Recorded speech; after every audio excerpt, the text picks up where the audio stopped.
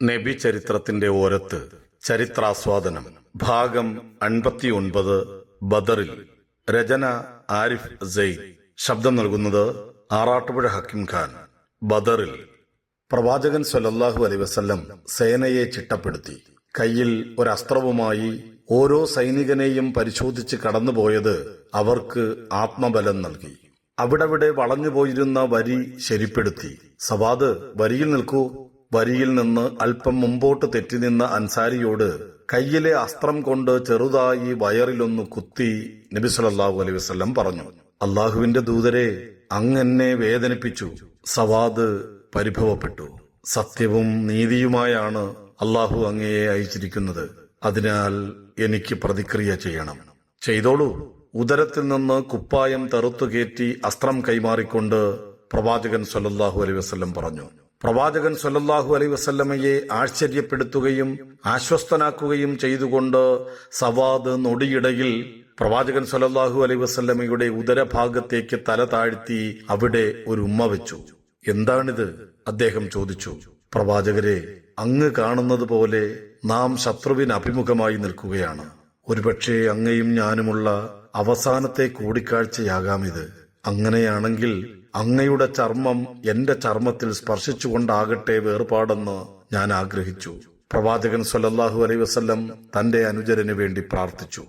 ഖുറൈശ് മുമ്പോട്ടുള്ള പ്രയാണം ആരംഭിച്ചിരുന്നു. ദൂരെ തിരമാല പോലെ നിമ്നോന്നതമായ മണൽക്കൂനകൾക്കപ്പുറത്ത് മക്കക്കാരുടെ സേന യഥാർത്ഥത്തിലുള്ളതിനേക്കാൾ ചെറുതായി കാണപ്പെട്ടു. എന്നാൽ ആ സേനയുടെ എണ്ണത്തെക്കുറിച്ച് പ്രവാചകൻ സ്വല്ലല്ലാഹു അലൈഹി വസല്ലമയ്ക്ക് നല്ല ധാരണയുണ്ടായിരുന്നു. ഇരു സേനകളും തമ്മിലുള്ള താരതമ്യമില്ലാത്ത അസമാനതകളെക്കുറിച്ചും അദ്ദേഹം ബോധവാനായിരുന്നു. തനിക്കായി കെട്ടിയ തമ്പിൽ ചെന്നുള്ള ദീർഘമായ പ്രാർത്ഥന അവസാനിപ്പിച്ച് നബി സല്ലല്ലാഹു അലൈഹി വസല്ലം അപ്പോഴേക്കും അബൂബക്കർ റളിയല്ലാഹു അൻഹുവിനോടൊപ്പം തിരിച്ചെത്തിയിരുന്നു. പെട്ടെന്നുണ്ടായൊരു കൊച്ചു മയക്കത്തിൽ നിന്ന് ഉണർന്ന് അദ്ദേഹം പറഞ്ഞു, അബൂബക്കർ, ആഹ്ലാദിക്കുക. അള്ളാഹുവിന്റെ സഹായം നിങ്ങളിലേക്ക് വന്നെത്തിയിരിക്കുന്നു. ജിബ്രായിൽ മാലാഖ ഇവിടെ ഇതാ ഒരശ്വത്തിന്റെ കടിഞ്ഞാൻ പിടിച്ചു നിൽക്കുന്നു. തികവാർന്ന യുദ്ധസന്നാഹത്തോടെയാണ് മാലാഖ വന്നിരിക്കുന്നത്. എണ്ണമറ്റ യുദ്ധങ്ങൾ അവസാന നിമിഷം വഴിമാറിപ്പോയതിനുള്ള ഉദാഹരണങ്ങൾ അറബികളുടെ ഗതകാലത്തിൽ കണ്ടെടുക്കാം. യുദ്ധോദ്യുക്തരായ സേനകൾ മുഖാമുഖം അണിനിന്നതിനു ശേഷം പോലും അങ്ങനെ സംഭവിച്ചിട്ടുണ്ട്. എന്നാൽ പ്രവാചകൻ സ്വല്ലല്ലാഹു അലൈഹി വസല്ലമയ്ക്ക് അറിയാമായിരുന്നു ഈ യുദ്ധത്തിന് അങ്ങനെയൊരു മാറിപ്പോകൽ സാധ്യമല്ലെന്ന്. ലോക നിയന്താവായ ആദി പരാശക്തി കാണും പോലെ മറ്റൊരാൾക്കും കാര്യങ്ങളെ നിർവർണ്ണനം ചെയ്യാനാവില്ലല്ലോ. വിജയിക്കുമെന്ന് അള്ളാഹുവിന്റെ തീർപ്പ് ലഭിച്ച അദൃശ്യമായ സേനയെയാണ് നബി സല്ലല്ലാഹു അലൈഹി വസല്ലം നയിക്കുന്നത്.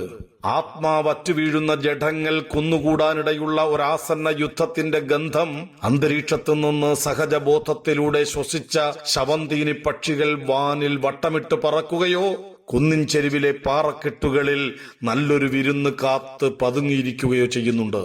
ഒരാക്രമണത്തിൽ കുറഞ്ഞ ഒന്നുകൊണ്ടും തങ്ങൾ തൃപ്തരാകില്ലെന്ന് ഖുറൈശ് തങ്ങളുടെ കരണ പ്രതികരണങ്ങളിലൂടെ പ്രകടമാക്കുന്നുമുണ്ട്. അവർ വളരെ അടുത്താണുള്ളത്. മുസ്ലിങ്ങൾ നിർമ്മിച്ചിരുന്ന ജലസംഭരണിയുമായി കയ്യകലം ദൂരെയാണ് അവരുള്ളത്. അവരുടെ ആദ്യത്തെ നീക്കം ആ ജലസ്രോതസ് കൈപ്പിടിയിൽ ഒതുക്കാനാകും. ക്രൗര്യം കൊണ്ടും സ്വഭാവ വൈകൃതം കൊണ്ടും മക്കയിലുടനീളം കുപ്രസിദ്ധിയുള്ള മഖ്സൂം വംശജൻ അസ്വദ് ബിൻ അബ്ദുൽ അസദ് തന്റെ കായബലത്തിൽ അമിത വിശ്വാസമർപ്പിച്ച് കൂട്ടത്തിൽ നിന്ന് പാഞ്ഞുവന്ന് വെള്ളം കുടിക്കാനാഞ്ഞു. ഹംസ റളിയല്ലാഹു അൻഹു മുമ്പോട്ട് ചെന്ന് ഒറ്റ വെട്ടിന് അയാളുടെ ഒരു കാൽമുട്ടിന് താഴെ വെട്ടിമാറ്റി. അസ്വദ് രുധിരനുരയിൽ അമ്പരന്ന് നിൽക്കെ ഹംസ റളിയല്ലാഹു അൻഹുവിന്റെ രണ്ടാമത്തെ വെട്ടും വന്നു. ദുർഭകനായ അസ്വദ് പടനിലത്തിൽ മലർന്നടിച്ചു വീണ് സ്വയം മരണത്തിനേൽപ്പിച്ചു കൊടുത്തു. ഇനി ഉത്ബ താൻ യുദ്ധത്തെ ഭയക്കുന്ന ഭീരുവാണെന്നും മകൻ അബൂഹുദൈഫ ശത്രുപക്ഷത്തുള്ളതുകൊണ്ടാണ് താൻ തത്വജ്ഞാനിയാകുന്നതെന്നും പരിഹസിച്ച അബൂജഹലിന്റെ കുത്തിത്തുളയ്ക്കുന്ന ഗർഹണത്തിലൂടെ അനുഭവിച്ച അഭിമാനക്ഷതം അപ്പോഴും ഉത്ബയുടെ ഉള്ളിൽ പതയുന്നുണ്ടായിരുന്നു. അയാൾ ഖുറൈശി നിരയിൽ നിന്ന് മുമ്പോട്ട് വന്ന് മുസ്ലിങ്ങളെ ദ്വന്ദ്വയുദ്ധത്തിന് വെല്ലുവിളിച്ചു. കുടുംബത്തിന്റെ മാനം ഉയർത്തിപ്പിടിക്കുന്നതിനായി സഹോദരൻ ഷൈബയും മകൻ വലീദും പിന്തുണച്ച് വശങ്ങളിലായി നിലയുറപ്പിച്ചു. ഖസറജിലെ നജ്ജാർ കുലത്തിലെ ഔഫ് വെല്ലുവിളി ഏറ്റെടുത്ത് മുമ്പോട്ട് ചെന്നു. പ്രവാചകൻ സ്വല്ലല്ലാഹു അലൈഹി വസല്ലമയുമായി ആദ്യത്തെ അക്ബ ഉടമ്പടിയുണ്ടാക്കിയ 6 എതിരിവുകാരിൽ ഒരാളായിരുന്നു ഔഫ്. ഔഫിനോടൊപ്പം സഹോദരൻ മുഅവ്വിദും മുമ്പോട്ട് നീങ്ങി. പ്രവാചകൻ സല്ലല്ലാഹു അലൈഹി വസല്ലം ഹിജറ ചെയ്ത് യസ്രിബിലെത്തിയ വേളയിൽ അദ്ദേഹത്തിന്റെ ഒട്ടകം മുട്ടുകുത്തിയത് ഇവരുടെ ഉടമസ്ഥതയിലുള്ള സ്ഥലത്തായിരുന്നു. മൂന്നാമതായി ഉത്തുബയുടെ വെല്ലുവിളി ഏറ്റെടുത്തത് അബ്ദുല്ലാഹ് ബിൻ റവാഹയായിരുന്നു. സ്വന്തം കുലത്തിന്റെ മൂപ്പൻ ഇബ്നു ഉബയ്യിന്റെ സന്ദേഹത്തോടെയുള്ള വാക്കുകളെ നിലംപരിശാക്കി പ്രവാചകൻ സല്ലല്ലാഹു അലൈഹി വസല്ലമയ്ക്ക് സ്വാഗതമരുളി സംസാരിച്ച അതേ അബ്ദുല്ല. നിങ്ങളൊക്കെ ആരാ? ഉത്തുബ ചോദിച്ചു. തങ്ങൾ ആരാണെന്നവർ വിളിച്ചു പറഞ്ഞു. കുലം കൊണ്ട് മഹിതരും ഞങ്ങൾക്ക് സമശീർഷരുമാണ് നിങ്ങൾ. ഞങ്ങൾക്ക് നിങ്ങളുമായി കൊള്ളക്കൊടുക്കകളൊന്നുമില്ല. ഞങ്ങളുടെ വെല്ലുവിളി ഞങ്ങളുടെ സ്വന്തം കുലത്തിൽ നിന്നുള്ളവരോടാണ്. ഉത്തുബ പറഞ്ഞു, മുഹമ്മദ്, ഞങ്ങൾക്കെതിരിൽ നമ്മുടെ സ്വന്തം കുലത്തിൽ നിന്നുള്ള സമാനരെ അയക്കുക. തമ്പേറിന്റെ താളങ്ങൾക്കിടയിലൂടെ ഖുറൈശികളുടെ വിളിയാളം ഉയർന്നു പൊങ്ങി. മുൻകൂട്ടിയുള്ള പദ്ധതിയുടെ അടിസ്ഥാനത്തിലായിരുന്നില്ല അൻസാറുകളുടെ ഈ മുമ്പോട്ട് വരവ്. അവരുടെ ആവേശം നബി സല്ലല്ലാഹു അലൈഹി വസല്ലമയുടെ തീരുമാനത്തെ കവിഞ്ഞ് മുമ്പിലെത്തുകയായിരുന്നു. അന്നേരം പ്രവാചകൻ സല്ലല്ലാഹു അലൈഹി വസല്ലം തന്റെ ബന്ധുജനങ്ങളുടെ നേരെ തിരിഞ്ഞു. വെല്ലുവിളിച്ചവരിൽ 2 പേർ പ്രായം ചെന്നവരും ഒരാൾ യുവാവുമായിരുന്നു. ഉബൈദ ചെല്ലു, അലി ചെല്ലു, ഹംസ ചെല്ലു. മുത്തലിബിന്റെ പൗത്രനും കൂട്ടത്തിൽ പ്രായം ചെന്നയാളും പരിചയസമ്പന്നനുമായിരുന്ന ഉബൈദ ഉത്തുബയെ നേരിട്ടു. ഹംസ ഷൈബയെയും അലി വലീദിനെയും നേരിട്ടു. ഏറ്റുമുട്ടൽ അധികം നീണ്ടുപോയില്ല. ഷൈബയും വലീദും ജീവനറ്റ് യുദ്ധഭൂമിയിൽ വിറയാർന്നു വീണു. അവരെ നേരിട്ട ഹംസയ്ക്കോ അലിക്കോ പോറലേറ്റതുമില്ല. എന്നാൽ ഉബൈദ ഉത്തുബയെ ഭൂമിയിൽ വീഴ്ത്തിയ നിമിഷം അയാൾ ജീവന് വേണ്ടിയുള്ള പിടച്ചിലിൽ ആഞ്ഞു വീശിയ വാളേറ്റ് ഉബൈദയുടെ കാലിൽ മുറിവ് പറ്റി. ഹംസയും അലിയും ഓടിയെത്തി. ഹംസയുടെ വാളിൽ ഉത്തുബയും അവസാന ശ്വാസം വലിച്ചു. അബൂലഹബും അബൂജഹലും ഉമയ്യയും അടങ്ങുന്ന ശുണ്ഠിക്കാരും അവിവേകികളുമായ ഖുറൈശി നേതൃനിരയിൽ നിന്നോ പലപ്പോഴും വിവേകത്തിന്റെ സ്വരം കേൾപ്പിച്ചിരുന്ന അവസാന നിമിഷത്തിൽ മുഹമ്മദുമായുള്ള ഈ യുദ്ധം ഒഴിവാക്കാൻ അകളങ്കമായി യത്നിച്ച മക്കക്കാരുടെ പ്രാജ്ഞനായിരുന്ന നേതാവ് പ്രാണനറ്റ് നിശ്ചേഷ്ടനായി യുദ്ധഭൂമിയിൽ കിടന്നു. സഹോദരന്റെയും മകന്റെയും ഭൗതിക ജഡങ്ങളിൽ നിന്ന് വളരെ അകലെയല്ലാതെ. ഹംസയും അലിയും ചേർന്ന് ഉബൈദയെ താങ്ങി മുസ്ലിങ്ങളുടെ തമ്പുകളിലേക്കെടുത്തു. അപ്പോഴേക്കും ധാരാളം രക്തം വാർന്നു പോയിരുന്നു. മുട്ടുകാലിലെ സന്ധിയിൽ നിന്ന് തരുണാസ്ഥി കിനിഞ്ഞിറങ്ങി. അത് പക്ഷേ ഉബൈദയ്ക്ക് വിഷയമായിരുന്നില്ല. ഒരൊറ്റ ചിന്ത അയാളിൽ ആധി പടർത്തി. അള്ളാഹുവിന്റെ ദൂതരെ, എനിക്ക് രക്തസാക്ഷി പദവി ലഭിക്കില്ലേ? പ്രാർത്ഥനയോടെ നടന്നെടുക്കുകയായിരുന്ന നബി സല്ലല്ലാഹു അലൈഹി വസല്ലമയോട് ഉബൈദ ചോദിച്ചു. തീർച്ചയായും താങ്കൾ രക്തസാക്ഷികളുടെ കൂട്ടത്തിലുണ്ട്, അദ്ദേഹം പറഞ്ഞു.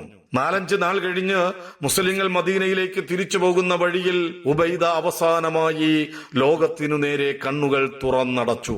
സാക്ഷ്യവാക്യങ്ങൾക്കൊടുവിൽ അധരങ്ങൾ നിശ്ചലമായി. പെട്ടെന്ന് ഖുറൈശികളുടെ ഭാഗത്തു നിന്നുണ്ടായ ശരവിക്ഷേപം അന്തരീക്ഷത്തിൽ തൂങ്ങി നിന്ന നിശബ്ദ നിമിഷങ്ങളെ ഭഞ്ജിച്ചു. മേലാസകലം മുറിവുകൾ പറ്റി കൂട്ടത്തിൽ ഒരാൾ അഹദ് എന്നുരുവിട്ട് ശലഭം പോലെ പിടഞ്ഞു. ആരാണത്? അടുത്തു നിൽക്കുകയായിരുന്ന അബൂബക്കറിനോട് ഉമർ ചോദിച്ചു. താങ്കളുടെ വിമുക്ത അടിമ മഹജ.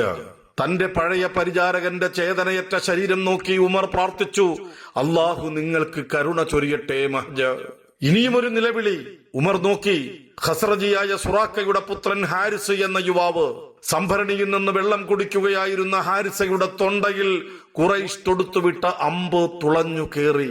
പ്രാണാപഹാരിയായ ദുർഘട നിമിഷങ്ങളിടയവേ വിശ്വാസികളുടെ തമ്പുകൾ നിൽക്കുന്ന ഭാഗത്തുനിന്ന് യുദ്ധത്തിന്റെ ധൂമപടലങ്ങളെ ചീന്തിക്കീറിയ ഒരു ശബ്ദം മുന്നണി വരെ എത്തി. മുഹമ്മദിന്റെ ആത്മാവ് ആരുടെ കയ്യിലാണോ അവൻ സത്യം.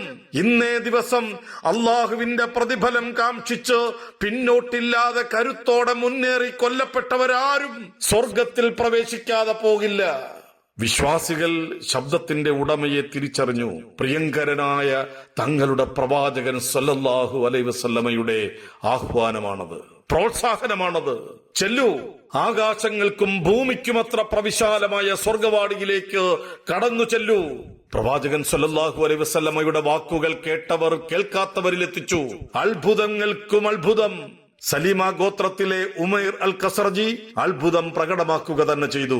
തനിക്കും പറുദീസയ്ക്കുമിടയിൽ മുഖാമുഖം നിൽക്കുന്ന അവിശ്വാസികളുടെ വാൾത്തലപ്പിനും എന്റെ കഴുത്തിനുമിടയിലുള്ള ദൂരം മാത്രമേയുള്ളൂ. ജീവനോടെയുണ്ടെങ്കിൽ ബാക്കി ഈത്തപ്പഴങ്ങൾ കഴിക്കാം. അതൊരു സുദീർഘമായ ജീവിതം തന്നെ. കഴിച്ചുകൊണ്ടിരുന്ന ഈത്തപ്പഴങ്ങൾ അയാൾ നീട്ടിയെറിഞ്ഞു. സ്വന്തം ഖഡ്ഗം കയ്യിലേന്തി ഉത്തരവ് കേൾക്കാൻ സന്നദ്ധനായി മുമ്പോട്ട് ചെന്നു. ഉത്ബയുടെ വെല്ലുവിളി ആദ്യം ഏറ്റെടുക്കുന്നതിലെ ശ്രേയസ് നഷ്ടപ്പെട്ടതിൽ ഭഗ്നാശനായി ഔഫ് പ്രവാചകനരികിൽ നിന്നു. അള്ളാഹുവിന്റെ ദൂതരെ, തന്റെ അടിമയുടെ കാര്യത്തിൽ നാഥനെ ഏറ്റവും ആഹ്ലാദിപ്പിക്കുന്നത് എന്താണ്? അയാൾ ചോദിച്ചു. പടച്ചട്ട മാറ്റി ശത്രുനിരയിലേക്ക് ഇരച്ചു ചെല്ലുന്നതാണത്. ഉടൻ മറുപടി വന്നു. ഔഫ് താൻ ധരിച്ചിരുന്ന പടയങ്കി അഴിക്കാൻ ആരംഭിച്ചു. ആ മുഖങ്ങൾ വികൃതമാകട്ടെ. ഒരു പിടി ചരൽ വാരി ശത്രുനിരയിലേക്ക് വീശിയെറിയവേ തിരുദൂതരുടെ ശബ്ദമുയർന്നു. തന്റെ ചരൽ ക്ഷേപണം ഖുറൈശികൾക്ക് ദുരന്തമായി ഭവിക്കുമെന്ന് അദ്ദേഹത്തിന് അറിയാമായിരുന്നു. കേറി ആക്രമിക്കൂ എന്ന് ഒരാജ്ഞ പോലെ നബി സല്ലല്ലാഹു അലൈഹി വസല്ലം വിളിച്ചു പറഞ്ഞു. അഹദ് അഹദ്. ശത്രുനിരയിലേക്ക് കുതിക്കുമ്പോൾ മുസ്ലിങ്ങളുടെ തൊണ്ടയിൽ നിന്നുയർന്നു പൊങ്ങിയ ഉറച്ച വാക്ക് താഴ്വാരത്തെ മണൽക്കൂനകളിൽ തട്ടി പ്രതിധ്വനിച്ചു. തങ്ങൾ ആഗ്രഹിച്ചതുപോലെ ഔഫും ഉമൈറും ശത്രുസേനയോട് ഏറ്റുമുട്ടി ആദ്യ രക്തസാക്ഷികളായി. ഇതോടെ മുസ്ലിം പക്ഷത്തു നിന്ന് മരണമടഞ്ഞവരുടെ എണ്ണം 5 അന്ന് 50 പേരെ കൂടി അവർക്ക് നഷ്ടമായി. അതുമാത്രമായിരുന്നു മുസ്ലിം പക്ഷത്തു നിന്നുള്ള ആകെ ആൾനാശം. അവരിൽ പ്രായക്കുറവിനാൽ നബി സല്ലല്ലാഹു അലൈഹി വസല്ലം വീട്ടിലേക്ക് തിരിച്ചു പോകാൻ ആവശ്യപ്പെട്ട ഉമൈറുമുണ്ടായിരുന്നു. താങ്കൾ എറിഞ്ഞപ്പോൾ എറിഞ്ഞത് താങ്കളായിരുന്നില്ല, മറിച്ച് അള്ളാഹുവായിരുന്നു എന്ന ബദറിനു ശേഷമിറങ്ങിയ വാക്യത്തിലൂടെ ചരക്കൽ ക്ഷേപണത്തിന്റെ പൊരുൾ ഖുർആൻ വ്യക്തമാക്കി. ബദറിൽ പ്രവാചകൻ സല്ലല്ലാഹു അലൈഹി വസല്ലമയിലൂടെ വെളിപ്പെട്ട ദൈവികമായ ഇടപെടലിന്റെ ഒരേയൊരു നിദർശനമായിരുന്നില്ല ഈ ഏറ്. ഖുറൈശ് അവരുടെ മുഴുവൻ ശൗര്യവും പുറത്തെടുത്തൊരു ഘട്ടത്തിൽ ഒരു വിശ്വാസിയുടെ കയ്യിലിരുന്ന കരവാൾ നടുക്കുമുറിഞ്ഞ് കഷണം താഴെ വീണു. അയാൾ ആദ്യം ചിന്തിച്ചത് തമ്പിൽ തിരിച്ചെത്തി പുതിയൊരു വാൾ ചോദിച്ചു വാങ്ങാനായിരുന്നു. ജഹിഷ് കുടുംബത്തിലെ ഉക്കാഷയായിരുന്നു ആ യോദ്ധാവ്. ഒരു വടി കയ്യിൽ കൊടുത്ത് നബി സല്ലല്ലാഹു അലൈഹി വസല്ലം പറഞ്ഞു, ഉക്കാഷ, ഇതാ ഇതുമായി ചെന്ന് പൊരുതുക. അത് ചുഴറ്റി ഉക്കാഷ മുന്നേറി. കുറെ നേരം അയാളുടെ കയ്യിൽ തിളക്കമുറ്റ ഖഡ്ഗമായി നിലകൊണ്ടു. അള്ളാഹുവിന്റെ സഹായം എന്ന അർത്ഥത്തിൽ അൽ ഔൻ എന്ന പേരു വീണ ആ വടി ഉപയോഗിച്ചാണ് പിന്നീട് പല യുദ്ധങ്ങളിലും ഉക്കാഷ പങ്കെടുത്തത്. ആക്രമണം അഴിച്ചുവിടാൻ നബി സല്ലല്ലാഹു അലൈഹി വസല്ലം ആഹ്വാനം ചെയ്തപ്പോൾ വിശ്വാസികൾ മാത്രമായിരുന്നില്ല ആക്രമണം നടത്തിയത്. പ്രവാചകൻ സല്ലല്ലാഹു അലൈഹി വസല്ലമയ്ക്ക് അറിയാമായിരുന്നു തനിക്ക് വാഗ്ദാനം ചെയ്യപ്പെട്ട വിജയം സംഭവിക്കുക തന്നെ ചെയ്യുമെന്ന്. നിങ്ങളുടെ നാഥനോട് നിങ്ങൾ ഉദവി തേടിയ നേരം ഒന്നിനു പിറകെ മറ്റൊന്നായി 1000 മാലാഖമാരുമായി നാം നിങ്ങളെ സഹായിക്കുമെന്നവൻ നിങ്ങളോട് പ്രതിവചിക്കുകയും ചെയ്തു എന്ന് ഖുർആൻ ഓർമ്മിപ്പിച്ചു. മാലാഖമാർക്കും നാഥന്റെ നിർദ്ദേശം പോയി. താങ്കളുടെ നാഥൻ മലക്കുകൾക്ക് ബോധനം നൽകിയിരുന്നത് ഓർമ്മയുണ്ടോ? തീർച്ചയായും ഞാൻ നിങ്ങളുടെ കൂടെയുണ്ട്. അതിനാൽ വിശ്വസിച്ചവരെ നിശ്ചഞ്ചലരാക്കി നിർത്തുക. അവിശ്വാസികളുടെ ഹൃദന്തങ്ങളിൽ ഞാൻ കൊടുംഭീതി നിക്ഷേപിക്കുന്നതാണ്. അവരുടെ കഴുത്തുകളിൽ വെട്ടുക. അവരുടെ വിരലുകളെല്ലാം ഛേദിച്ചു കളയുക. മാലാഖമാരുടെ സാന്നിധ്യം ഒരേ സമയം വിശ്വാസികൾക്ക് അനുഭൂതിയായും അവിശ്വാസികൾക്ക് ഭയപ്പാടായും ഭവിച്ചിരുന്നു. എന്നാൽ വളരെ കുറച്ച് വിശ്വാസികൾക്ക് മാത്രമേ ഏറ്റക്കുറച്ചിലുകളോടെ അവരെ കേൾക്കാനോ കാണാനോ സാധിച്ചിരുന്നുള്ളൂ. ബദർ താഴ്വരയുടെ പരിസരവാസികളായ ബദവി ഗോത്രജരായ 2 പേർ കുന്നിൻ മുകളേറി അമ്പത്താപ്പാട് മാറി നിന്ന് യുദ്ധത്തിന്റെ ഗതിവിഗതികൾ നിരീക്ഷിച്ചുകൊണ്ടിരുന്നു. സംഗ്രാമശേഷം ബാക്കിയാകുന്ന യുദ്ധമുതലുകളിലായിരുന്നു അവരുടെ കണ്ണ്. പടക്കുതിരകളുടെ സീൽക്കാരങ്ങളാൽ മുഖരിതമായ ഒരു കരിങ്കാറ് അവരെ ചൂഴുന്നു. അവരിൽ ഒരാൾ നിന്ന നിൽപ്പിൽ വിറച്ചു വീണ് മരിച്ചു. അയാളുടെ നെഞ്ചുകൂട് ഭയത്താൽ തകർന്നു പോയിരുന്നു. ഇക്കഥ പിൽക്കാലക്കാർക്ക് പറഞ്ഞു തരാൻ ബാക്കിയായ അപരൻ പറഞ്ഞു, സ്വന്തം നെഞ്ചിനകത്ത് അന്ന് എന്തു സംഭവിച്ചുവെന്ന് അയാൾക്കറിയാമായിരുന്നുവല്ലോ. പ്രിയമുള്ളവരെ, നിങ്ങൾ ഇതുവരെ കേട്ടത് നബി ചരിത്രത്തിന്റെ ഓരത്ത് ചരിത്രാസ്വാദനം ഭാഗം 59 ബദറിൽ. രചന ആരിഫ് സെയിൻ. ശബ്ദം നൽകിയത് ആറാട്ടുപുഴ ഹക്കിം ഖാൻ. ഇൻഷാ അല്ലാഹ് തുടരും.